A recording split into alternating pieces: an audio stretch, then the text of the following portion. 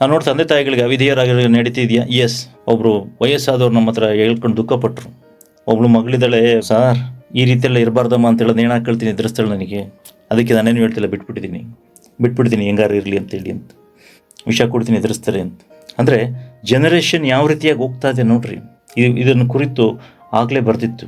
ಅದಕ್ಕೆ ಹೇಳೋದು, ನಿಮ್ಮ ಮಕ್ಕಳುಗಳನ್ನು ದೈವ ಭಯಭಕ್ತಿಗಳಲ್ಲಿ ಕಳಿಸ್ರಿ, ಸಂಡೇ ಸ್ಕೂಲಿಗೆ ಕಳಿಸಿ, ಯೂತ್ ಮೀಟಿಂಗ್ಸ್ಗಳಿಗೆ ಕಳಿಸಿ, ದೇವ್ರ ವಾಕ್ಯದಲ್ಲಿ ಬೆಳೆಸ್ರಿ. ನೋಡ್ರಿ, ನೀವೇನೇ ಮಾಡ್ತಿತ್ತು ಅಂತ ಹೇಳಿದ್ರೆ ಈಗಿನ ಕಾಲಘಟ್ಟ ನೋಡಬೇಕಾದ್ರೆ ಒಂದು ಸೆಕೆಂಡಲ್ಲಿ ಅಕೌಂಟಲ್ಲಿರುವಂಥ ಅಮೌಂಟ್ ಮಾಯ ಆಗಿಬಿಡುತ್ತೆ, ಪ್ರಯೋಜನ ಆಗೋದಿಲ್ಲ. ನಿಮ್ಮ ಮಕ್ಕಳಿಗೆ ಏನಾರು ಕೂಡಿಟ್ಟಿದ್ದೀವಿ, ಇದು ಮಾಡ್ತೀವಿ ಅಂತೇಳಿ ಒಂದು ಕ್ಷಣ, ಒಂದು ಮೂಮೆಂಟಲ್ಲಿ ಏನು ಬೇಕಾದ್ರೂ ಆಗ್ಬೋದು. ಅಂಥ ಕಾಲಘಟ್ಟಗಳು ನಾವು ಬದುಕ್ತಾ ಇದ್ದೀವಿ. ಆದರೆ ನೀವು ದೇವರಲ್ಲಿ ಭಯಭಕ್ತಿ ಇರೋದನ್ನ ಕಲಿಸ್ಕೊಟ್ರೆ, ದೇವರ ವಾಕ್ಯದಲ್ಲಿ ಅವ್ರನ್ನ ಅಡಿಪಾಯದಲ್ಲಿ ಬೆಳೆಸ್ತು ಅಂತ ಹೇಳಿದ್ರೆ ಯಾವುದೇ ಕಾರಣಕ್ಕೂ ಅವ್ರು ಬಿದ್ದೋಗೋದಿಲ್ಲ, ಯಾವುದೇ ಕಾರಣಕ್ಕೂ ಅವರು ಆಚೆ ಈಚೆ ಹೋಗೋದಿಲ್ಲ. ಕರೆಕ್ಟಾಗಿ ನಿಮ್ಮನ್ನು ಸಲಹುತ್ತಾರೆ, ನೀವು ಹೇಳಿಕೊಟ್ಟ ಮಾರ್ಗದಲ್ಲಿ ನಡೀತಾರೆ. ಹಲ್ಲೆಲೂಯಾ. ಓಕೆ, ನೆಕ್ಸ್ಟ್ ಒನ್, ಉಪಕಾರ ನೆನೆಸದವರು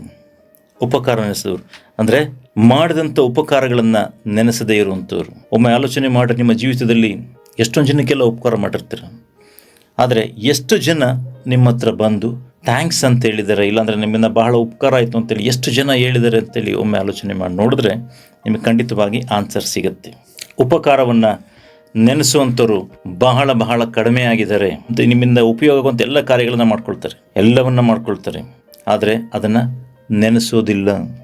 ಉಪಕಾರವನ್ನು ನೆನೆಸದೇ ಇರುವಂಥವ್ರು. ನೋಡ್ರಿ, ಅನೇಕ ವ್ಯಕ್ತಿಗಳಿಗೆ ದೇವರ ಕೃಪೆಯಿಂದ ಪ್ರಾರ್ಥನೆ ಮಾಡಬೇಕಾದ್ರೆ ದೇವರು ಗುಣ ಕೊಟ್ಟಿರ್ತಾರೆ, ಬಿಡುಗಡೆಗಳನ್ನು ಕೊಟ್ಟಿರ್ತಾರೆ. ಅನೇಕರು ಎಷ್ಟೋ ಜನಗಳು ದೇವರು ಕೊಟ್ಟಿರ್ತಾರೆ, ಬಿಡುಗಡೆ ಆದರೆ ಅದರಲ್ಲಿ ಎಷ್ಟು ಜನ ವಾಪಸ್ ಬಂದು ಒಂದು ಥ್ಯಾಂಕ್ಸ್ ಹೇಳಿದ್ದಾರೆ, ಇಲ್ಲ ಅಂತ ಹೇಳಿದ್ರೆ ಉಪಕಾರ ನೆನೆಸಿದ್ದಾರೆ. ಆಲೋಚನೆ ಮಾಡಿ ನೋಡ್ರಿ. ಇದನ್ನು ನೋಡುವಾಗ ನಾನು ಅಂದ್ಕೊಳ್ತೀವಿ ಕೆಲವು ಸರಿ, ಏನಪ್ಪ ಜನಗಳು ಇಷ್ಟು ಸ್ವಾರ್ಥಿಗಳಾಗಿದ್ದಾರಲ್ಲ ಅಂತ ಹೇಳಬೇಕಾದ್ರೆ ಈ ವಾಕ್ಯಗಳು ನೆನೆಸ್ಕೊಂಡು ನಮ್ಗೆ ಗೊತ್ತಾಗುತ್ತೆ, ಹೌದು, yes, this is end times. ಅದಕ್ಕೆ ಜನಗಳು ಹಿಂಗಿದ್ದಾರೆ, ದೇವ್ರ ವಾಕ್ಯಲಿದಾಗ ಬರ್ಸಿದೆ, ಹಾಗಾಗಿ ನಾವು ಅದ್ರ ಬಗ್ಗೆ ಥಿಂಕ್ ಮಾಡೋದೇ ಬೇಡ ಅಂತೇಳಿ ಬಿಟ್ಬಿಡ್ತೀವಿ. ಉಪಕಾರವನ್ನು ನೆನೆಸಿದವರು, ನೀವೇನಾದ್ರು ಏನು ಬೇಕಾದರೂ ಮಾಡಿರಿ, ಅವರಿಗೆ ಎಲ್ಲ ಮಾಡಿಸ್ಕೊಳ್ತಾರೆ, ಆದರೆ ಯಾವುದನ್ನು ಸಹ ಜ್ಞಾಪಕ ಇಟ್ಕೊಳ್ಳಲ್ಲ, ಉಪಕಾರವನ್ನು ನೆನೆಸೋದಿಲ್ಲ. ಅವ್ರಿಗೋಸ್ಕರ ನೀವು ಪ್ರಾರ್ಥನೆ ಮಾಡಿ ನೆನೆಸೋದಿಲ್ಲ, ನೀವೇನು ಸಹಾಯ ಮಾಡಿದ್ರೆ ನೆನೆಸೋದಿಲ್ಲ, ಯಾವುದನ್ನು ಸಹ ನೆನೆಸೋದಿಲ್ಲ, ಮರ್ತು ಬಿಟ್ಟಿರ್ತಾರೆ. ದಟ್ ಮೀನ್ಸ್ ಉಪಕಾರವನ್ನು ನೆನೆಸದೇ ಇರುವವರು. ಈ ರೀತಿ ಇದೆಯಾ? ನಡೀತಾ ಇದೆಯಾ? ಎಸ್, ನಡೀತಾ ಇದೆ. ನೋಡ್ರಿ, ಯೇಸು ಸ್ವಾಮಿ 10 ಜನ ಕುಷ್ಠರೋಗಿಗಳನ್ನ ಗುಣ ಮಾಡ್ತಾರೆ. ಅದರಲ್ಲಿ ಒಬ್ಬ ಬರ್ತಾನೆ ವಾಪಸ್. ಮಿಕ್ದವರಲ್ಲಿ ಅಂದ್ರೆ ಇಲ್ಲ, ಮಿಕ್ದವರೆಲ್ಲ ಗುಣ ಆಯ್ತು ಹೊರಟೋದ್ರು, ಇನ್ನೊಬ್ಬನಾರು ಬಂದಿದೆಯಲ್ಲ. ಹಲ್ಲೆಲೂಯಾ. ಸೊ ಆ ಒಬ್ಬ ದೇವರವ್ರನ್ನ ಮೆಚ್ಚುತ್ತಾರೆ, ಇಷ್ಟಪಡ್ತಾರೆ, ಮೆಚ್ಚುಗೆ ಆಯಿತು ದೇವರಿಗೆ, ಒಬ್ಬನಾರು ಬನ್ನಲ್ಲ ಅಂತ. ಉಪಕಾರವನ್ನು ನೆನೆಸದೇ ಇರುವಂಥವ್ರು. ನೆಕ್ಸ್ಟ್ ಒನ್, ದೇವರಲ್ಲಿ ಭಯ ಇಲ್ಲದಂಥವ್ರು. Price lord. ದೇವರ ವಾಕ್ಯ ಹೇಳುವಂಥದ್ದಾಗಿದೆ, ಯೆಹೋವನ ಭಯವೇ ಜ್ಞಾನಕ್ಕೆ ಮೂಲ ಅಂತೇಳಿ. ಅದರ ಅರ್ಥ, ದೇವರ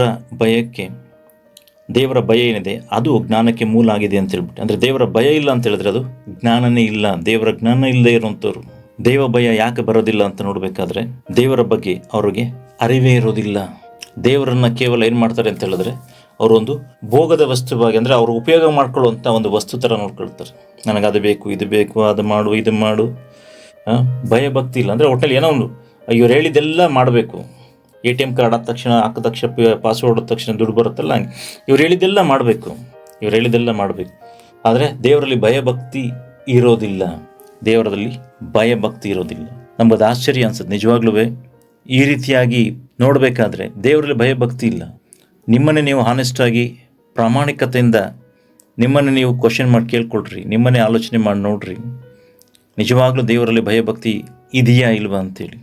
ಒಂದು ವೇಳೆ ಭಯಭಕ್ತಿ ಇಲ್ಲ ಅಂತಿತ್ತು ಅಂತ ಹೇಳಿದ್ರೆ ಡೇಂಜರ್ ಝೋನಿದ್ದೀರಾ ಅಂತ ಅರ್ಥ. ಯಾಕಂತ ಹೇಳಿದ್ರೆ ದೇವರ ಭಯಭಕ್ತಿ ಇರಬೇಕು, ದೇವರಲ್ಲಿ ಗಾಡ್ಲಿ ಫಿಯರ್ ಇರಬೇಕು. ಮನುಷ್ಯನ ಜೀವಿತದಲ್ಲಿ ಗಾಡ್ಲಿ ಫಿಯರ್ ಇತ್ತು ಅಂತ ಹೇಳಿದ್ರೆ ಖಂಡಿತವಾಗಿ ಅವನು ಕೆಟ್ಟ ಕೆಲಸಗಳನ್ನ ಮಾಡೋದಕ್ಕೆ, ಕೆಟ್ಟದನ್ನ ಮಾಡೋದಕ್ಕೆ ಅವನು ಭಯಪಡ್ತಾನೆ. ಆ ದೇವ್ರು ನೋಡ್ತಾ ಇದ್ದಾರೆ ಅಂತ. ಅನ್ಯ ಜನಗಳನ್ನ ನೋಡ್ರಿ, ಅವ್ರನ್ನ ಕೇಳ್ರಿ, ದೇವ್ರ ಮೆಚ್ಚನ ಈ ಕೆಲಸ ಮಾಡಿದ್ರೆ ಅಂತಾರೆ ಕೆಲವರು. ಅಂದರೆ ಅವ್ರ ಗಾಡ್ಲಿ ಫಿಯರ್ ಇರುತ್ತೆ. ಆದರೆ ಈಗ ನೋಡಬೇಕಾದ್ರೆ ದೇವರ ಭಯ ಇಲ್ಲದೇ ಇರುವಂಥವ್ರು ನಾವು ನೋಡ್ತೀವಿ. ಅನೇಕ ಸಭೆಗಳಲ್ಲಿ ಕಾಲ ಮೇಲೆ ಕಾಲು ಹಾಕೊಂಡು ಕೂತಿರ್ತಾರೆ, ಹೆಂಗೆ ಬೇಕಾದ್ರೆ ಕೂತಿರ್ತಾರೆ. ಕೆಲವು ವೀಡಿಯೋಸ್ಗಳನ್ನ ವಾಚ್ ಮಾಡ್ಬೇಕಾದ್ರೆ ನಾನು ಅಬ್ಸರ್ವ್ ಮಾಡ್ತೀನಿ, ಅದನ್ನು ಹೆಂಗೆ ಬೇಕಾದ್ರೆ ಕೂತಿರ್ತಾರೆ. ಕೆಲವು ತಿಂತಾ ಕೂತಿರ್ತಾರೆ, ಕೆಲವು ಮಲ್ಕೊಂಡು ನಿದ್ದೆ ಮಾಡ್ತಾ ಇರ್ತಾರೆ, ಹೆಂಗೆ ಬೇಕಾದ್ರೆ ಇರ್ತಾರೆ. ಅದರರ್ಥ ದೇವರ ಬಗ್ಗೆ ಭಯಭಕ್ತಿ ಇಲ್ಲದೆ ಇರುವಂಥವ್ರು, ದೇವ ಭಯ ಇಲ್ಲದವರು. ಇಂಥವ್ರನ್ನ ನೋಡ್ತಾ ಇದ್ದೀರಾ ಸಭೆಗಳಲ್ಲಿ ನೋಡಬೇಕಾದ್ರೆ? ಎಸ್, ನಿಮ್ಮ ಕಣ್ಣಿಗೆ ಕಾಣಿಸ್ತಾರೆ, ಇದ್ದಾರೆ. ನೆಕ್ಸ್ಟ್ ನೋಡಬೇಕಾದ್ರೆ ಮಮತೆ ಇಲ್ಲದವರು, ಮಮತೆಯನ್ನು ತೋರಿಸದೇ ಇರುವಂಥವ್ರು, ಮಮತೆ ಇಲ್ಲದಂಥವ್ರು, ಸಮಾಧಾನ ಆಗದವರು ಅಂತ ಹೇಳ್ಬೇಕಾದ್ರೆ ನೀವೇನೆಲ್ಲ ಹೋಗಿ ಅವ್ರನ್ನ ಸಾರಿ ಕೇಳ್ಕೊಂಡ್ರು ಸಮಾಧಾನ ಆಗಲ್ಲ.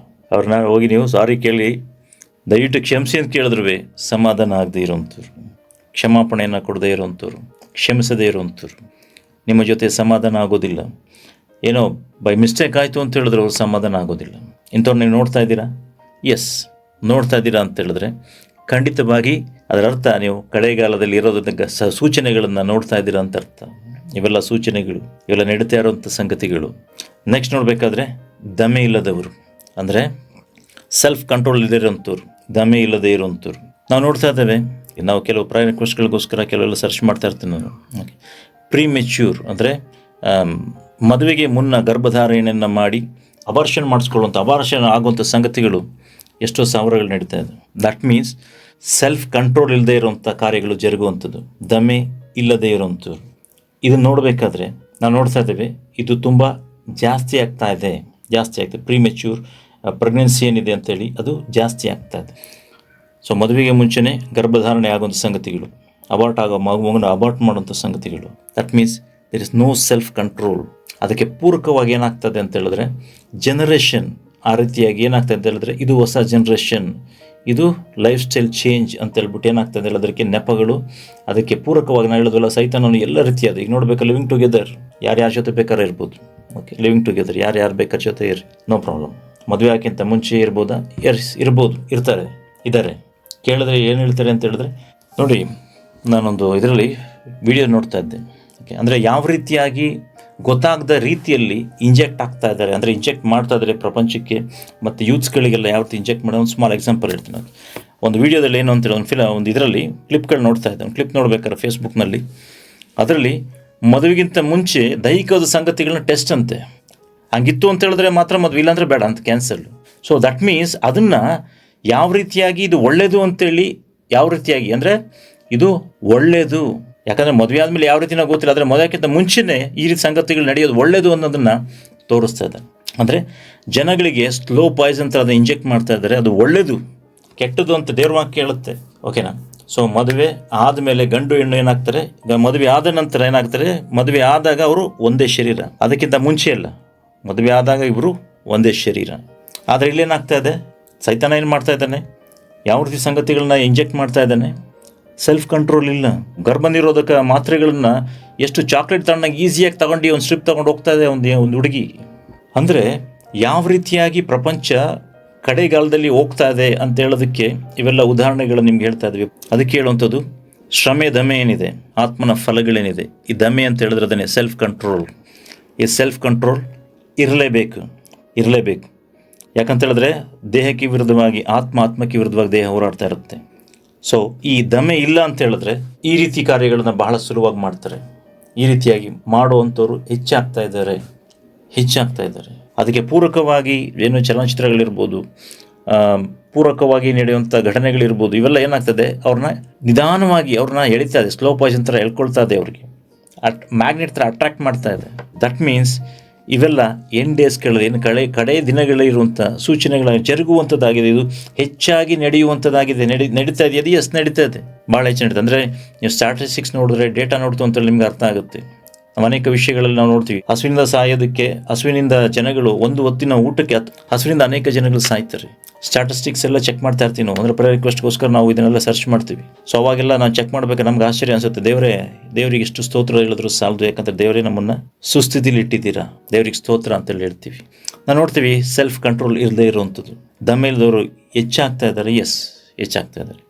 ಇವೆಲ್ಲ ಎಚ್ಚರಿಕೆ ಗಂಟೆಗಳು, ಎಚ್ಚರಿಕೆ ಸಂಗತಿಗಳು. ಪ್ರಿಯ ಸೋದರ ಸೋದರಿಯರೇ, ಅದಕ್ಕೆ ಹೇಳ್ತಾ ಇರೋಂಥದ್ದು, ನಿಮ್ಮನ್ನು ಎಚ್ಚರಿಸ್ತಾ ಇದ್ದಾರೆ. ಈ ಎಲ್ಲ ಸಂಗತಿಗಳು ಏನಕ್ಕೆ ಹೇಳ್ತಾ ಇದ್ದಾರೆ ಅಂತ ಹೇಳಿದ್ರೆ, ನೀವು ಹೇಗಿದ್ದೀರಾ ಅದನ್ನು ನಿಮಗೆ ತೋರ್ಪಡಿಸ್ತಾ ಇದೆ ದೇವ್ರ ವಾಕ್ಯ. ಕನ್ನಡಿ ಇದ್ದ ಹಾಗೆ ಯಾರ್ಯಾರು ಯಾವ ರೀತಿ ಇರುತ್ತೆ ಅದನ್ನು ತೋರಿಸುತ್ತೆ. ನೀವು ಕನ್ನಡಿ ಮುಂದೆ ನಿಂತಾಗ ನೀವು ಹೇಗಿದೆ ಅಂತ ತೋರಿಸುತ್ತೆ. ಸೊ ಇದನ್ನೆಲ್ಲ, ಈ ಪಾಯಿಂಟ್ಸ್ಗಳೆಲ್ಲ ನೋಡಬೇಕಾದ್ರೆ ನಿಮ್ಮಲ್ಲಿ ಏನಿದೆ ಅನ್ನೋದನ್ನು ದೇವ್ರು ಏನು ಮಾಡ್ತಾರೆ, ಕನ್ನಡಿ ನಿಮ್ಮ ಮುಂದೆ ಹಿಡಿತಾರೆ. ಯಾಕಂತ ಹೇಳಿದ್ರೆ ಈ ವಾಕ್ಯ ದೇವರ ವಾಕ್ಯ, ದಿಸ್ ಈಸ್ ಅಲ್ಟಿಮೇಟ್. ಇದರ ಮುಂದೆ ಬೇರೆ ಯಾವುದೂ ಇಲ್ಲ.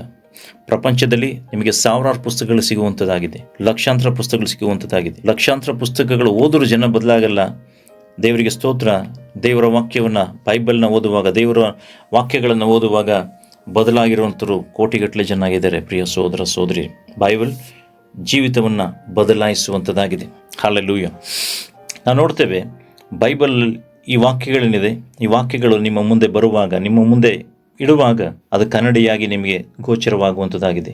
ನೀವು ಯಾವ ಯಾವ ಸಂಗತಿಗಳಲ್ಲಿ ನಿಮ್ಮನ್ನು ಸರಿಪಡಿಸ್ಕೊಳ್ಬೇಕಾಗಿದೆ, ನೀವು ಯಾವ ರೀತಿಯಾಗಿ ಇರಬೇಕು ಅನ್ನೋದನ್ನು ಇದನ್ನು ತೋರಿಸುತ್ತೆ. ಸೊ ಯಾವ ರೀತಿಯಾಗಿ ಇರಬಾರ್ದು ಅಂತಲೂ ತೋರಿಸುತ್ತೆ, ಯಾವ ರೀತಿಯಾಗಿ ಇರಬೇಕು ಅಂತಲೂ ತೋರಿಸುತ್ತೆ. ಹಲ್ಲೆಲೂಯ. ಸೊ ಯಾವ ರೀತಿಯಾಗಿ ಇರಬಾರ್ದು ಅಂತೇಳಿ ನಿಮಗೆ ಲಿಸ್ಟ್ಗಳು ಹೇಳ್ತಾ ಇದ್ದೀವಿ, ಅದೇ ಪ್ರಕಾರವಾಗಿ ಯಾವ ರೀತಿ ಇರಬೇಕು ಅನ್ನೋದಕ್ಕೂ ನಿಮಗೆ ಉದಾಹರಣೆಗಳು ಹೇಳ್ತಾ ಹೋಗ್ತಾ ಇದ್ದೀವಿ. ಹಲ್ಲೆಲೂಯ. ನಾವು ನೋಡ್ತಾ ಇದ್ದೇವೆ, ದೇವ ಬಯಲು ಮಮತೆ ಇಲ್ಲದವರು, ಸಮಾಧಾನವಾಗದವರು, ಚಾಡಿ ಹೇಳುವವರು, ದಮೆ ಇಲ್ಲದವರು. ಓಕೆ, ನಾವಿಲ್ಲಿ ನೋಡ್ತಾ ಇದ್ದೇವೆ ದಮೆ ಇಲ್ಲದವ್ರ ಬಗ್ಗೆ ನಿಮ್ಗೆ ಹೇಳಿದ್ವಿ. ಯಾವ ರೀತಿ ಸೆಲ್ಫ್ ಕಂಟ್ರೋಲ್ ಇಲ್ಲದೆ ಇರೋಂಥದ್ದು, ಯಾವ ರೀತಿ ಕಾರ್ಯಗಳು ಜರುಗ್ತದೆ ಅಂತ ಸಹ ನಿಮ್ಗೆ ಹೇಳಿದ್ವಿ. ನೆಕ್ಸ್ಟ್ ಒನ್, ಒಳ್ಳೆಯದನ್ನು ಪ್ರೀತಿಸದವರು. ಒಳ್ಳೆಯದನ್ನು ಪ್ರೀತಿಸದವರು ಅದರ ಅರ್ಥ ನಿಮ್ಗೆ ಯಾವುದು ಒಳ್ಳೇದಿದೆ ಅದನ್ನು ಪ್ರೀತಿ ಮಾಡದೇ ಇರುವಂಥವ್ರು. ಅಂದರೆ ಇದು ಕೆಟ್ಟದ್ದು, ಇದನ್ನು ಮಾಡಬೇಡ ಅಂತ ಹೇಳಿದ್ರೆ ಏನು ಮಾಡ್ತಾರೆ ಅಂತ ಹೇಳಿದ್ರೆ, ಇದು ಮಾಡಬೇಡ ಅಂತ ಹೇಳಿದ್ರೆ ಏನು ಮಾಡ್ತಾರೆ, ಅದನ್ನು ಮಾಡ್ತಾರೆ. ಅಂದರೆ ಈ ಒಳ್ಳೇದು ಬೇಡ ಅಂತೇಳಿ ಅವ್ರೇನು ಮಾಡ್ತಾರೆ, ರಿಜೆಕ್ಟ್ ಮಾಡ್ತಾರೆ. ಅಂದರೆ ಈ ಲೈಫಲ್ಲಿ ಏನೆಲ್ಲ ಕಾರ್ಯಗಳನ್ನು ಮಾಡಬೇಕಾಗಿದೆ, ನನಗೇನು ಅನಿಸುತ್ತೋ ಅದನ್ನು ನಾನು ಮಾಡ್ತೀನಿ. ಅದು ಒಳ್ಳೆಯದಲ್ಲ. ಮಾದಕ ವಸ್ತುಗಳು ತಗೊಳ್ಬಾರ್ದು, ದುಶ್ಚಟಗಳಿಗೆ ದಾಸರಾಗಬಾರ್ದು, ದುಷ್ಟ ಕಾರ್ಯಗಳನ್ನು ಮಾಡಬಾರ್ದು, ದುಷ್ಟ ಜನರ ಸಂಘ ಸೇರಬಾರ್ದು ಅಂತ ಹೇಳಿದ್ರು ಅವ್ರಿಗೇನು ಮಾಡ್ತಾರೆ ಅಂತ ಹೇಳಿದ್ರೆ, ಒಳ್ಳೇದಂತ ಹೇಳಿದ್ರು ಅದನ್ನು ಪ್ರೀತಿ ಮಾಡೋದಿಲ್ಲ, ಅದನ್ನು ಅಕ್ಸೆಪ್ಟ್ ಮಾಡೋದಿಲ್ಲ, ತಗೊಳ್ಳಲ್ಲ, ಬೇಡ, ರಿಜೆಕ್ಟ್ ಮಾಡ್ತಾರೆ. ನಾನು ಈಗ ಒಳ್ಳೇದೇ ಹೇಳ್ತಾ ಇರೋದು ಅಂತ ಹೇಳಿದ್ರೆ, ಇಲ್ಲ, ನೀವು ಹೇಳ್ತಾ ಇರೋದೇ ಸರಿಗಿಲ್ಲ, ನಾನು ಮಾಡ್ತಾ ಇರೋದೇ ಕರೆಕ್ಟ್. ದಟ್ ಮೀನ್ಸ್ ಒಳ್ಳೆಯದನ್ನು ಪ್ರೀತಿಸಿದವರು, ಅವ್ರಿಗೆ ಒಳ್ಳೇದನ್ನು ಕಂಡ್ರೆ ಅವ್ರಿಗೆ ಇಷ್ಟ ಆಗಲ್ಲ, ಪ್ರೀತಿ ಮಾಡೋದಕ್ಕಾಗಲ್ಲ ಅದನ್ನು ಅವ್ರಿಗೆ. ಹಲ್ಲೆಲೂಯ. ನೆಕ್ಸ್ಟ್ ಒನ್, ದ್ರೋಹಿಗಳು, ದುಡುಕಿನವರು. ಓಕೆ, ದ್ರೋಹಿಗಳು, ದುಡುಕಿನವರು. ದ್ರೋಹಿಗಳು ಅಂತ ಹೇಳಬೇಕಾದ್ರೆ ಇದರಲ್ಲಿ ಅನೇಕ ಸಂಗತಿಗಳಿರುವಂಥದ್ದಾಗಿದೆ. ದ್ರೋಹ ಅಂತ ಹೇಳಬೇಕಾದ್ರೆ ಅದು ಕೆಟ್ಟದನ್ನು ಮಾಡಿ ನಂಬಿಸಿ ಏನು ಮಾಡಿ ಅದನ್ನು ಅವ್ರಿಗೆ ಆ ವಿಷಯಗಳಲ್ಲಿ ಅವ್ರನ್ನ ಏನು ಮಾಡೋದು ಅಂತ ಹೇಳಿದ್ರೆ ಮೋಸ ಮಾಡೋದು ದ್ರೋಹ. ಅದನ್ನು ದ್ರೋಹಿಗಳು ಅಂಥವ್ರನ್ನ ಏನು ಮಾಡ್ತಾರೆ, ಮೋಸ ಮಾಡೋದು ಅಂತ ಹೇಳಿದ್ರೆ ದ್ರೋಹಿ. ಮೋಸ ಮಾಡೋದು ಏನು ಕೇಳಿದ್ರೆ ದ್ರೋಹಿಗಳು ಅಂತ ಕರೀತಾರೆ, ವಂಚಕರು, ದ್ರೋಹಿಗಳು. ಸೊ ದ್ರೋಹಿಗಳು, ದುಡುಕಿನವರು, ಉಬ್ಬಿಕೊಂಡವರು, ದೇವರನ್ನು ಪ್ರೀತಿಸದೆ ಭೋಗಗಳನ್ನೇ ಪ್ರೀತಿಸುವವರು. ಅದರ ಅರ್ಥ ದ್ರೋಹವನ್ನು ಮಾಡುವಂಥವ್ರು ಹೆಚ್ಚಾಗ್ತಾ ಇದ್ದಾರೆ. ಓಕೆ, ಇದರಲ್ಲಿ ಹೇಳಬೇಕು ಅಂತ ಹೇಳಿದ್ರೆ ನಂಬಿಸಿ ಏನು ಮಾಡ್ತಾರೆ ಅಂತ ಹೇಳಿದ್ರೆ, ನಂಬಿಸಿ ಆ ವಿಷಯಗಳಲ್ಲಿ ಅವ್ರಿಗೆ ಮೋಸ ಮಾಡುವಂಥದ್ದಕ್ಕೆ ದ್ರೋಹ ಅಂತ ಕರೀತಾರೆ. ಸೊ ಈ ದ್ರೋಹಗಳನ್ನು ಮಾಡುವಂಥವ್ರು ಏನಾಗಿದ್ದಾರೆ, ಹೆಚ್ಚಾಗಿದ್ದಾರೆ. ದ್ರೋಹಗಳನ್ನು ಮಾಡುವಂಥವ್ರು ಇದ್ದಾರೆ. ದ್ರೋಹ ಮಾಡೋ ದ್ರೋಹಿಗಳು ಅಂತ ಕರೀತಾರೆ. ದುಡುಕಿನವರು ಅಂತ ನೋಡಬೇಕಾದ್ರೆ ಅನೇಕ ಸಂದರ್ಭಗಳಲ್ಲಿ ಸಣ್ಣ ಸಂಗತಿಗಳು ನಿಮ್ಗೆ ಆಶ್ಚರ್ಯ ಅನಿಸ್ಬೋದು. ಇದೆಲ್ಲ ಹೇಳ್ಬೇಕಾದ್ರೆ ನಿಮ್ಗೆ ಆಶ್ಚರ್ಯ ಅನಿಸ್ಬೋದು, ಇಲ್ಲ ನಿಮ್ಗೆ ಗೊತ್ತಿರ್ಬೋದು. ಓಕೆ, ದುಡುಕಿ ಅನೇಕ ಸಂಗತಿಗಳನ್ನು ಮಾಡುವಂಥವ್ರು ಇದ್ದಾರೆ. ಕೇವಲ 5 ರೂಪಾಯಿ ಸ್ಟ್ಯಾಂಡಲ್ಲಿ ಕೊಡಲಿಲ್ಲ ಅಂತೇಳಿ ಕೊಲೆ ಆಗಿದೆ. 5 ರೂಪಾಯಿ, ಜಾಸ್ತಿ ಇಲ್ಲ, 5 ರೂಪಾಯಿ ಮಾತಿಗೆ ಮಾತು ಬೆಳೆದು 5 ರೂಪಾಯಿಗೆ ಒಂದು ಕೊಲೆ ಆಗಿದೆ. ಅಂದರೆ ಯಾವ ರೀತಿಯಾಗಿ ದುಡುಕಿನ ಸಂಗತಿಗಳು ಜರುಗ್ತಾ ಇದೆ. ದುಡುಕಿನವರು, ನಿಮ್ಗೆ ಆಶ್ಚರ್ಯ ಅನ್ನಿಸ್ಬೋದು. ಏನೋ ಒಂದು ಕಾರ್ಯ ಮಾಡಬೇಡ ಅಂತೇಳಿ ಹೇಳಬೇಕಾದ್ರೆ ಅದನ್ನು ಮಾಡೋದಕ್ಕೆ ಬಿಡಲಿಲ್ಲ ಅಂತೇಳಿ ಹೋಗಿ ಸೂಸೈಡ್ ಮಾಡ್ಕೊಳ್ಳುವಂಥವ್ರು ಇದ್ದಾರೆ. ಸಣ್ಣ ವಿಷಯ, ತುಂಬ ದೊಡ್ಡದಲ್ಲ. ಪಿಕ್ನಿಕ್ ಹೋಗಬೇಡ ಅಂತ ಹೇಳಿರ್ಬೋದು, ಆ ಸಂಗತಿಗಳನ್ನ ಮಾಡಬೇಡ ಅಂತ. ಅಂದರೆ ದುಡುಕಿನವರು, ಉಬ್ಬಿಕೊಂಡವರು, ಅಂದರೆ ಉಬ್ಬಿಕೊಳ್ಳೋ ಅಂತ ಹೇಳಿದ್ರೆ ಹೆಚ್ಚಿಸ್ಕೊಳ್ಳೋವಂಥವ್ರು. ಓಕೆ, ದೇವರನ್ನು ಪ್ರೀತಿಸದೆ ಭೋಗಗಳನ್ನೇ ಪ್ರೀತಿಸುವವರು. Praise God. ನೋಡಿ, ದೇವರನ್ನ ಅಲ್ಟಿಮೇಟ್ ಆಗಿ ನಮ್ಮ ಪ್ರೀತಿ ಏನಿದೆ ಇದು ದೇವರಲ್ಲಿರಬೇಕು. ಅದಕ್ಕೆ ದೇವರ ವಾಕ್ಯ ಸ್ಪಷ್ಟವಾಗಿ ಹೇಳುತ್ತೆ, ನಿಮ್ಮ ದೇವರಾದ ಯೆಹೋವನನ್ನ ಪೂರ್ಣ ಬುದ್ಧಿ, ಪೂರ್ಣ ಶಕ್ತಿ, ಪೂರ್ಣ ಪ್ರಾಣದಿಂದ ಏನು ಮಾಡಬೇಕು, ಪ್ರೀತಿ ಮಾಡಬೇಕು ಅಂತೇಳಿ. ಹಲ್ಲೆಲೂಯ. ಅಂದರೆ ಪೂರ್ಣ ಬುದ್ಧಿ, ಪೂರ್ಣ ಶಕ್ತಿ, ಪೂರ್ಣ ಪ್ರಾಣ, ಅಂದರೆ ಎಲ್ಲ ಪೂರ್ಣ ಅಂತ ಇದೆ ಅಲ್ಲಿ. ಸೊ ದೇವರನ್ನ ಪ್ರೀತಿ ಮಾಡಲಿಲ್ಲ, ಏನು ಮಾಡ್ತಾರೆ ಅಂತ ಹೇಳಿದ್ರೆ ಭೋಗಗಳನ್ನೇ ಪ್ರೀತಿಸುವವರು ಅಂತ ಹೇಳಬೇಕಾದ್ರೆ ನಾವಿಲ್ಲಿ ನೋಡ್ತಾ ಇದ್ದೇವೆ. 1 ತಿಮೋತಿ ಚಾಪ್ಟರ್ 5:6. 1 Timothy chapter 5:6. ದೇವ್ರ ವಾಕ್ಯ ಭಾಳ ಶಾರ್ಪ್ ಇದೆ ಇಲ್ಲಿ. ಆದರೆ ಭೋಗಿಯಾಗಿರೋ ವಿಧವೆಯು ಬದುಕಿರುವಾಗಲೂ ಸತ್ತವಳೆ ಅಂತ ದೇವ್ರ ವಾಕ್ಯ ಹೇಳುತ್ತೆ. ಹಲ್ಲೆಲೂಯ. ನಾವು ನೋಡ್ತಾ ಇದ್ದೇವೆ, ಅದರ ಅರ್ಥ ಭೋಗಗಳನ್ನು ಪ್ರೀತಿಸುವಂಥವ್ರು, ದೇವರಲ್ಲಿ ಭಯಭಕ್ತಿ ಇಲ್ಲದೇ ಇರುವಂಥವ್ರು. ನೋಡಿ, ದೇವರನ್ನ ನೀವು ಪ್ರೀತಿ ಮಾಡ್ತೀರಾ ಅಂತ ಹೇಳಿದ್ರೆ ಖಂಡಿತವಾಗಿ ದೇವರಿಗೆ ಫಸ್ಟ್ ಪ್ಲೇಸ್ಗಳನ್ನ ಇಟ್ಟಿರ್ತೀರ. ಅಂದರೆ ಮೊದಲ ಸ್ಥಾನ ಯಾವುದಿರುತ್ತೆ, ದೇವರಿಗೆ ಇಟ್ಟಿರ್ತೀರ. ನೀವು ದೇವ್ರನ್ನ ಪ್ರೀತಿ ಮಾಡ್ತೀರ ಅಂದರೆ ಎಲ್ಲದಕ್ಕಿಂತ ಹೆಚ್ಚಾಗಿ ನಾವು ದೇವ್ರನ್ನ ಪ್ರೀತಿ ಮಾಡಬೇಕು, ಅದನ್ನು ದೇವರು ಬಯಸ್ತಾರೆ. ಮೊದಲ ಸ್ಥಾನ ದೇವರು. ನೀವು ದೇವ್ರನ್ನ ಪ್ರೀತಿ ಮಾಡಲಿಲ್ಲ ಅಂತ ಹೇಳಿದ್ರೆ ಭೋಗಗಳನ್ನ ಪ್ರೀತಿ ಮಾಡೋ ಕಡೆ ವಾಲ್ಬಿಡ್ತೀರಾ. ಎಚ್ಚರಿಕೆ, ಪ್ರೀತಿ ಮಾಡೋ ಕಡೆ ಹೋಗ್ಬಿಡ್ತೀರಾ. ಅದರ ಅರ್ಥ ಸಂಗತಿಗಳನ್ನು ಅಂದರೆ ವಸ್ತುಗಳನ್ನು ಅದನ್ನೇನು ಮಾಡ್ತೀರಾ, ಅದನ್ನು ಅನುಭವಿಸ್ಬೇಕು, ನನಗಿನ್ನೂ ಬೇಕು, ಇಲ್ಲ ನನಗೆ ಅದು ಬೇಕು ಇದು ಬೇಕು, ಬರೀ ಈ ರೀತಿಯಾದ ಭೋಗದ ವಸ್ತುಗಳನ್ನು ಹಿಂದೆ ಅದು ಹೋಗೋದಕ್ಕೆ ಹೋಗ್ಬಿಡ್ತಾರೆ. ಅಂದರೆ ಆ ರೀತಿಯಾದ ಮನಸ್ಸು ಎಳ್ಕೊಂಡು ಹೋಗುತ್ತೆ. ಕಾರಣ ಏನು? ನೀವು ದೇವರನ್ನ ಪ್ರೀತಿ ಮಾಡಲಿಲ್ಲ ಅಂತ ಹೇಳಿದ್ರೆ, ಭೋಗನ ಪ್ರೀತಿ ಮಾಡ್ತೀರಾ ಅಂತ ಹೇಳಿದ್ರೆ, ಅದು ನಿಮ್ಮನ್ನು ಕಡೆಗಾಲಕ್ಕೆ ಕರ್ಕೊಂಡು ಹೋಗುತ್ತೆ. ಅಂದರೆ ಕಡೆಗಳಿಗೆಲ್ಲಿ ನೀವಿದ್ದೀರಾ ಅದನ್ನು ಮರೆತು ನಿಮ್ಮನ್ನು ಇದರ ಕಡೆ ಹೆಚ್ಚಾಗಿ ವಾಲುವಂತೆ ಮಾಡುವಂಥದ್ದಾಗಿದೆ. ಅನೇಕ ಮಾಲ್ಗಳಲ್ಲಿ ನೋಡ್ರಿ, ಅನೇಕ ಏನಿದೆ, ಕೆಲವು ಅಟ್ರಾಕ್ಷನ್ಗೋಸ್ಕರ ಇಟ್ಟಿರ್ತಾರೆ. ಇನ್ನು ಕೆಲವು ಕಡೆ ಏನು ಅಂತ ಹೇಳಿದ್ರೆ, ಈ ದೇವರ ವಾಕ್ಯದಿಂದ ದೇವರನ್ನ ದೂರ ಮಾಡೋದಕ್ಕೆ ನಿಮಗೆ ಏನೆಲ್ಲ ಎಂಟರ್ಟೈನ್ಮೆಂಟ್ ಬೇಕಾಗಿದೆಯೋ ಆ ಎಂಟರ್ಟೈನ್ಮೆಂಟ್ ಎಲ್ಲವನ್ನ ಏನಾಗ್ತದೆ, ಸಿದ್ಧ ಆಗ್ತದೆ. ಎಂಟರ್ಟೈನ್ಮೆಂಟ್ ಅಂತ ಹೇಳ್ಬಿಟ್ಟು ಏನು ಮಾಡ್ತಾರೆ ಅಂತ ಹೇಳಿದ್ರೆ, ಅದಕ್ಕೆ ವಿವಿಧವಾದ ಕ್ರೀಡೆಗಳು, ಇಂಡೋರ್ ಗೇಮ್ಸ್ ಇರ್ಬೋದು. ಇಂಡೋರ್ ಗೇಮ್ಸ್ ಅಂತ ಹೇಳ್ಬೇಕಾದ್ರೆ ಈ ಮಾಮೂಲಿ ಗೇಮ್ಸ್ ಎಲ್ಲ ನಾವು ಇದೇನು ಕ್ಯಾರಮ್ ಬೋರ್ಡು, ಚೆಸ್ ಆ ಥರದ್ದೆಲ್ಲ, ಬೇರೆ ಬೇರೆ ಅವ್ರನ್ನ ಒಟ್ಟಿನಲ್ಲಿ ಬ್ಯುಸಿ ಮಾಡಬೇಕು. ಅವ್ರನ್ನ ಏನು ಮಾಡಬೇಕು ಅಂತ ಹೇಳಿದ್ರೆ, ದೇವರ ವಾಕ್ಯದ ದೇವರಿಂದ ದೂರ ಇಡೋದಕ್ಕೆ ಏನೆಲ್ಲ ಮಾಡಬೇಕಾಗುತ್ತೋ ಅದೆಲ್ಲ ಮಾಡ್ತಾರೆ. ಅದೆಲ್ಲ ಸೈತಾನ ಏನು ಮಾಡ್ತಾನೆ ಅಂತ ಹೇಳಿದ್ರೆ ಮಾಡ್ತಾನೆ. ಅದಕ್ಕೆ ನೋಡಿ, ಪ್ರಾರ್ಥನೆ ಬರೋಕ್ಕಿಂತ ಶಾಪಿಂಗ್ ಹೋಗೋಕ್ಕೆ ಇಷ್ಟಪಡ್ತಾರೆ ಜನಗಳು. ಪ್ರಾರ್ಥನೆಗೆ ಬರೋಕ್ಕಿಂತ ಮುಂಚೆ, ಪ್ರಾರ್ಥನೆಗೆ ಹೋಗೋಕ್ಕಿಂತ ಹೆಚ್ಚಾಗಿ ಶಾಪಿಂಗ್ಗಳಿಗೆ ಇಷ್ಟ. ಶಾಪಿಂಗ್ ಬೇಕಾದ್ರೆ ದಿನ ಎಲ್ಲ ಮಾಡ್ತಾರೆ. ಎಂಟರ್ಟೈನ್ಮೆಂಟ್ ಪ್ಲೇಸಿಗೆ ಕರ್ಕೊಂಡೋಗಿ ದಿವಸ ಎಲ್ಲ ಆಟ ಆಡ್ತಾರೆ. ಆದರೆ ಪ್ರಾರ್ಥನೆಗೆ ಬರಬೇಕು, ಪ್ರಾರ್ಥನೆಗೆ ಇದು ಮಾಡಬೇಕು ಅಂತ ಹೇಳಿದ್ರೆ ಅವ್ರಿಗೆ ಮನಸ್ಸು ಬರೋದಿಲ್ಲ. ದಟ್ ಮೀನ್ಸ್ ವಸ್ತುಗಳ ಮೇಲೆ, ಭೋಗದ ಮೇಲೆ ಆಸಕ್ತಿ ಹೆಚ್ಚಾಗಿರುವಂಥದ್ದಾಗಿದೆ. ನಿಮ್ಮ ಮನಸ್ಸು ಯಾವ ಕಡೆ ವಾಲಿದೆ, ಯಾವ ಕಡೆ ಇದೆ ಅಂತೇಳಿ ನಿಮ್ಮನ್ನು ನೀವು ಆಲೋಚನೆ ಮಾಡಿ ನೋಡ್ರಿ. ಪ್ರಪಂಚ ಬಹಳ ಮೋಸಕರವಾಗಿರುವಂಥದ್ದಾಗಿದೆ, ಬಹಳ ಮೋಸಕರವಾಗಿರುವಂಥದ್ದಾಗಿದೆ. ಇದು ನಾಶನದ ಕಡೆ ಬಹಳ ವೇಗವಾಗಿ ಹೋಗ್ತಾ ಇದೆ. ಹಾಗಾಗಿ ನಿಮ್ಮ ರಕ್ಷಣೆಯನ್ನು, ನಿಮ್ಮ ಆತ್ಮದ ಬಗ್ಗೆ ಕಾಳಜಿಯನ್ನು ವಹಿಸ್ರಿ. ನಾವು ನೋಡ್ತಾ ಇದ್ದೇವೆ, ಭಕ್ತಿಯ ವೇಷವಿದ್ದು, ಭಕ್ತಿಯ ವೇಷ. ಸೊ ಅಲ್ಲೆಲ್ಲೂಯಾ, ಸ್ತೋತ್ರ, ಫೈನ್, ದೇವರಿಗೆ ಸ್ತೋತ್ರ, ಒಳ್ಳೆಯದು, ಓಕೆನಾ. ಆದರೆ ಅದನ್ನು ಕೇವಲ ಯಾಂತ್ರಿಕವಾಗಿ ಮಾಡಬೇಕಲ್ಲ. ನೋಡಿ, ಹೃದಯದ ಒಳಗಡೆ ಬರೋಂಥ ಸಂಗತಿಗಳು ಬೇರೆ. ನಿಮ್ಮ ಹೃದಯದ ಒಳಗಡೆಯಿಂದ ದೇವರಿಗೆ ಸ್ತೋತ್ರಗಳು, ಬಲಿಗಳು ಸಮರ್ಪಣೆ ಮಾಡೋದು ಬೇರೆ. ಆದರೆ ಬಾಯ ಮೂಲಕವಾಗಿ ಮಾಡೋದು ಬೇರೆ, ಹೃದಯದ ಮೂಲಕ ಮಾಡೋದು ಬೇರೆ. ಅದೇ ರೀತಿಯಾಗಿ ಭಕ್ತಿಯನ್ನು ತೋರ್ಪಡಿಸೋದು ಬೇರೆ. ವೇಷ, ಭಕ್ತಿಯ ವೇಷ ಅಂತ ಹೇಳಿದ್ರೆ ನಿಮಗೆ ಒಂದು ಸ್ಮಾಲ್ ಎಕ್ಸಾಂಪಲ್ಸ್ಗಳನ್ನ ಹೇಳ್ತೇವೆ. ಅಂದರೆ ಯಾವ ರೀತಿಯಾಗಿರುತ್ತೆ. ನಮ್ಮ ಮಗಳು ಹುಟ್ಟಿದಾಗ ಅವ್ರು ನೋಡ್ಕೊಳ್ಳೋದಕ್ಕೆ ಒಬ್ಬರನ್ನ ಹೆಂಗಸರನ್ನ ಕರೆದಿದ್ವಿ. ಅವ್ರು ಬಂದ ತಕ್ಷಣವೇ ಏನು ಮಾಡೋದು ಅಂತ ಹೇಳಿದ್ರೆ, ಬಹಳ ಭಕ್ತಿ ಇರೋ ಹಾಗೆ ಅಲ್ಲೆಲ್ಲಿಯೋ ಸ್ತೋತ್ರ ಅಂತೇಳಿ ಆ ಕಡೆಯಿಂದ ಈ ಕಡೆಯಿಂದ ಆ ಕಡೆ ಓಡಾಡೋದ್ರು. ಅದಾದಮೇಲೆ ಅವ್ರು ಹೇಳಿದ ಮಾತು, ನಾವು ಬಂದೇ ಬರ್ತೀವಿ, ನಾನು ಮಾಲೆ ಮಾಡ್ತೀನಿ, ಸಹಾಯ ಮಾಡ್ತೀನಿ, ಅಯ್ಯೋ ನಮ್ಮ ಮನೆ ಇದ್ದಂಗೆ ಹಂಗೆ ಹಿಂಗೆ ಅಂತ ಇನ್ನೂ ಹೇಳಿದ್ರು. ನಾನು ಕೇಳಿಸ್ಕೊಳ್ತಾ ಇದ್ದೆ. ಆಮೇಲೆ ನಮ್ಮ ಮನೆಯವ್ರಿಗೆ ಬಹಳ ಸ್ಪಿರಿಚುವಲ್ ಅನಿಸುತ್ತೆ. ನನಗೆ ಗೊತ್ತಾಯಿತು, ದೇವರ ಕೃಪೆಯಿಂದ ನಮಗೆ ದೇವರ ಕೃಪೆಯಿಂದ ನಮಗೆ ಗೊತ್ತಾಗುತ್ತೆ ಅವ್ರು ಹೇಗಿದ್ದಾರೆ ಅಂತೇಳಿ ಗೊತ್ತಾಗುತ್ತೆ, ದೇವ್ರ ಕೃಪೆಯಿಂದ. ಅದಾದ ನಂತರ ನನಗೆ ಗೊತ್ತಾಯಿತು ಅವ್ರು ಮತ್ತೆ ಬರೋದಿಲ್ಲ ಅಂತ. ಅದೇ ಪ್ರಕಾರವಾಗಿ ಅವ್ರು ಬರಲಿಲ್ಲ. ಅಂದರೆ ಭಕ್ತಿಯ ವೇಷವನ್ನು ತೋರಿಸೋದು ವ್ಯರ್ಥ, ಅವಶ್ಯಕತೆ ಇಲ್ಲ. ನೋಡಿ, ಮನುಷ್ಯರಿಗೆ ನೀವು ಮೋಸ ಮಾಡ್ಬೋದು, ಆದರೆ ದೇವರಿಗೆ ಮೋಸ ಮಾಡೋಕ್ಕಾಗಲ್ಲ. ನಿಮ್ಮ ಭಕ್ತಿ ಏನಿದೆ ಅದು ಯಥಾರ್ಥವಾಗಿರಲಿ, ಯಥಾರ್ಥವಾಗಿ ಕೃತ್ಯಗಳಲ್ಲಿರಲಿ. ವೇಷದಲ್ಲಿ ಬೇಡ. ವೇಷ ಕಳಚೋಗುತ್ತೆ ಅಲ್ವಾ, ಹಾಕಿರೋ ಬಣ್ಣ ಕಳಚೋಗುತ್ತೆ. ದೇವರ ಮುಂದೆ ಎಲ್ಲವೂ ಏನಾಗಿದೆ ಅಂತ ಹೇಳಿದ್ರೆ ಬಟ ಬಯಲಿನ ರೀತಿ ಇರುವಂಥದ್ದು. ಅಂದರೆ ದೇವರ ಮುಂದೆ ಯಾವುದು ಸಹ ಮುಚ್ಚಿಡೋದಕ್ಕೆ ಸಾಧ್ಯ ಇಲ್ಲ. ಅದಕ್ಕೆ ಕೀರ್ತನೆಗಾರ ಹೇಳ್ತಾನೆ, ಏನೋ ಆಕಾಶಕ್ಕೆ ಏರುವುದ್ರೆ ಅಲ್ಲಿ ನೀನು ಇರ್ತೀಯ, ಪಾತಾಳಕ್ಕೆ ಹೋಗಿ ಮಲ್ಕೊಂಡ್ರೆ ಅಲ್ಲೂ ನೀನು ಇರ್ತೀಯ, ಸಮುದ್ರದ ಕಟ್ಟೆ ಕಡೆ ಹೋಗಿ, ಭೂಮಿಯ ಕಟ್ಟೆ ಕಡೆ ಹೋಗ್ತೀನಿ, ಅಲ್ಲೂ ನೀನು ಇರ್ತೀಯ. ಸೊ ನನ್ನ ಕಣ್ಣಿಗೆ ಮರೆಯಾಗುವಂತೆ ಎಲ್ಲಿಗೆ ಹೋಗಲಿ ಅಂತೇಳಿ ಕೀರ್ತನೆಕಾರ ಹೇಳ್ತಾನೆ. ಸೊ ದೇವರ ಕಣ್ಣಿಗೆ ಮರೆಯಾಗೋದಕ್ಕೆ ಸಾಧ್ಯ ಇಲ್ಲ, ದೇವರ ಕಣ್ಣಿಗೆ ಮೋಸ ಮಾಡೋದಕ್ಕೆ ಸಾಧ್ಯ ಇಲ್ಲ. ಸೊ ಭಕ್ತಿಯ ವೇಷ ಯಾಕೆ ನೋಡ್ತೇವೆ ನಾವು. ಭಕ್ತಿಯ ವೇಷವನ್ನು ನಾನು ನಿಮ್ಗೆ ಹೇಳಿದ್ವಿ, ನಿಮ್ಗೆ ಬೇರೆ ಬೇರೆ ಅನುಭವಗಳಾಗಿರ್ಬೋದು, ನೋಡಿರ್ಬೋದು. ಅದರ ಒಂದು ಸಣ್ಣ ಎಕ್ಸಾಂಪಲ್ನ ನಿಮ್ಗೆ ಅರ್ಥ ಆಗೋದಕ್ಕೋಸ್ಕರ ನಾವು ಹೇಳಿದ್ವಿ. ಅದರ ಬಲವನ್ನು ಬೇಡವೆನ್ನುವವರು. ಸೊ ಆ ಭಕ್ತಿಯ ಬಲ ಏನಿದೆ, ದೇವರ ಬಲ ಏನಿದೆ, ಇದನ್ನು ಬೇಡ ಅನ್ನೋರು. ಅಂದರೆ ನಮಗೆ ಸಾಕು, ಇಷ್ಟೇ ಸಾಕು, ಇದು ನಾವು ಮೇಲ್ಮೇಲ್ಗಡೆ ಇರ್ತೀವಿ, ನಾವು ಡೀಪಾಗಿ ಬರೋದಿಲ್ಲ, ನಮಗೆ ಅದೆಲ್ಲ ಬೇಡ. ಬರ್ತೀವೋ ಸಂಡೇ ಬರ್ತೀವೋ ಆಯಿತು, ಅರ್ಧ ಗಂಟೆ ಇರ್ತೀವಿ, ಮುಕ್ಕಾಲು ಗಂಟೆ ಇರ್ತೀವಿ, ಹೋಗ್ತೀವಿ, ನೆಕ್ಸ್ಟ್ ವೀಕೇ ಬರೋದು, ಬಲ ಬೇಡ. ಭಕ್ತಿಯ ವೇಷ ಇದೆ. ಅಯ್ಯೋ ಚರ್ಚಿಗೆ ಬರ್ತೀವೋ, ಭಾನುವಾರ ಚರ್ಚಿಗೆ ಮಿಸ್ಸೇ ಮಾಡಲ್ಲ, ಭಾನುವಾರ ಚರ್ಚಿಗೆ ಹೋಗ್ಬೇಕು ಭಾನುವಾರ. ಸೊ ಭಕ್ತಿಯ ವೇಷ. ನಿಮ್ಮನ್ನು ನೀವು ಮೋಸ ಮಾಡ್ಕೊಳ್ಬಿಟ್ರಿ ಪ್ರಿಯ ಸೋದರ ಸೋದರಿಯರೇ. ನಿಮ್ಮನ್ನು ನೀವು ಮೋಸ ಮಾಡ್ಕೊಂತು ಅಂತ ಹೇಳಿದ್ರೆ ಪ್ರಯೋಜನ ಇಲ್ಲ. ಮನುಷ್ಯರು ನೋಡೋರಿಗೆ ನೀವು ಕಣ್ಣಿಗೆ ಮೋಸ ಮಾಡ್ಬೋದು, ಆದರೆ ನಿಮ್ಮನ್ನು ಉಂಟು ಮಾಡಿದಂಥ ದೇವರಿಗೆ ಮೋಸ ಮಾಡೋದಕ್ಕಾಗೋದಿಲ್ಲ. ನೆಕ್ಸ್ಟ್ ಒನ್, ಇಂಥವರ ಸಹವಾಸವನ್ನು ಮಾಡದಿರು ಅಂತೇಳಿ ದೇವರ ವಾಕ್ಯದಲ್ಲಿ ಸ್ಪಷ್ಟವಾಗಿ ಹೇಳ್ತಾ ಇದೆ.